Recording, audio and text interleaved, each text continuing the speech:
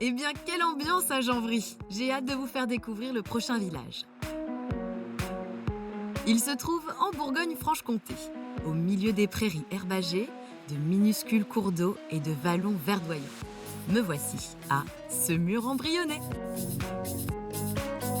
Sur la place principale, j'ai rendez-vous avec un Semurois incollable sur l'histoire de son village. Bonjour Jean-Louis. Bonjour Tiga.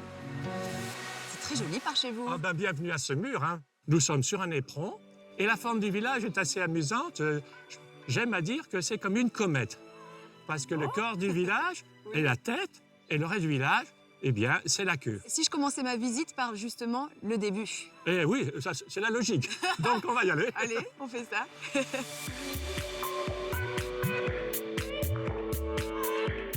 On le voit déjà.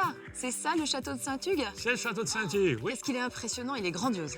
Il fait 22 mètres de haut et on en est fiers. C'est le plus ancien château fort encore debout en Bourgogne. Il a été bâti à partir du Xe siècle. Il reste encore toutes les particularités d'un château fort, le donjon, les tours d'entrée et les murailles. Le château tire son nom d'un certain Hugues de Semur qui fut, au Moyen-Âge, un des plus célèbres abbés de Cluny. Aujourd'hui, la forteresse millénaire se visite à tout âge et en costume. Bon, eh bien, nous arrivons à l'oubliette, qui a servi de prison à la Révolution. Vous connaissez l'oubliette, les enfants, ce que c'est? Non. C'est là où on mettait les prisonniers. Alors, à la Révolution, il y a des gens qui sont morts dans les prisons parce qu'ils n'étaient pas en bonne santé et on les jetait dans ce trou. Mais ça a servi surtout comme réserve. Parce que quand il y avait des guerres, il fallait bien manger. Et donc, il fallait faire des stocks. Donc, on stockait. On ne disait pas stocker, on dit on oubliait. Donc, ça servait d'un frigo, de réserve. Et cet écusson-là, c'est celui Alors, de la famille l'écusson, de c'est Semur? l'écusson de la famille de Semur.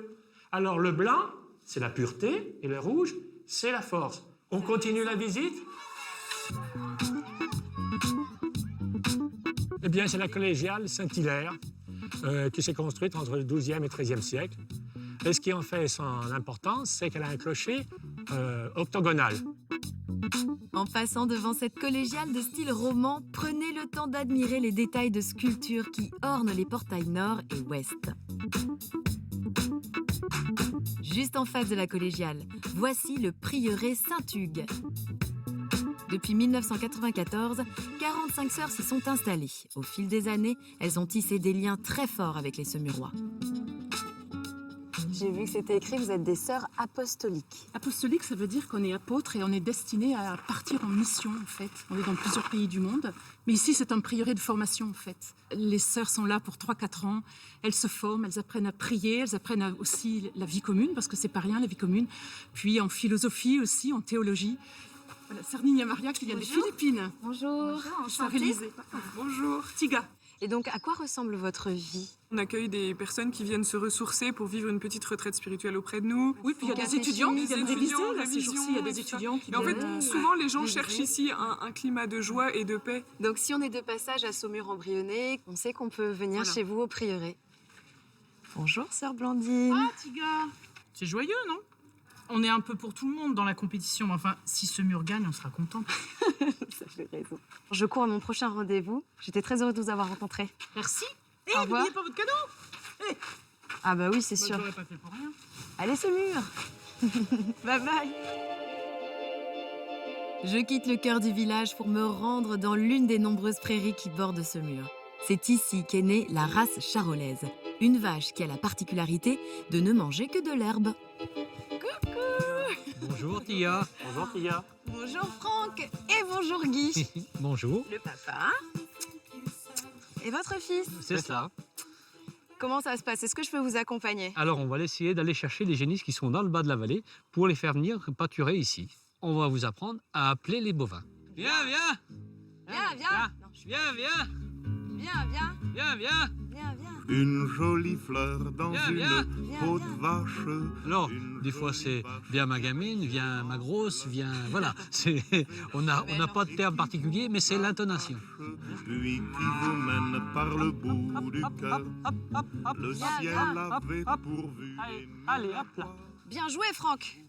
Donc ça n'a jamais été cultivé ici. Ah non, non. Ici, c'est de l'herbe naturelle qui est venue naturellement. Il n'y a jamais eu de pesticides ou de quoi que ce soit. C'est vraiment de l'herbe qui est poussée toute seule depuis des centaines d'années, peut-être des millénaires, je ne sais pas.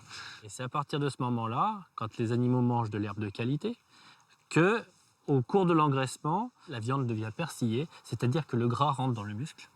Et c'est ce qui donne toute la saveur en bouche. Exactement ce qu'on aime. Voilà, c'est tout ce qui est recherché. Eh bien, Franck et Guy, merci beaucoup.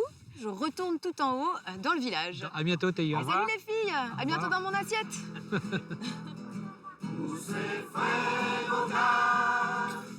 Et je vais enfin pouvoir la goûter, cette viande charolaise. Sur la place, les Semurois m'ont réservé une petite surprise. C'est pour moi? Allez-y. Oh là là. Elle est savoureuse à étendre. Eh bien, merci à tous pour cet accueil. Si comme moi, vous avez la chance de vous rendre à Semur en Brionnais, ne manquez pas de visiter le château de Saint-Hugues, de faire un tour au prieuré pour rencontrer les sœurs apostoliques et de goûter la délicieuse viande charolaise.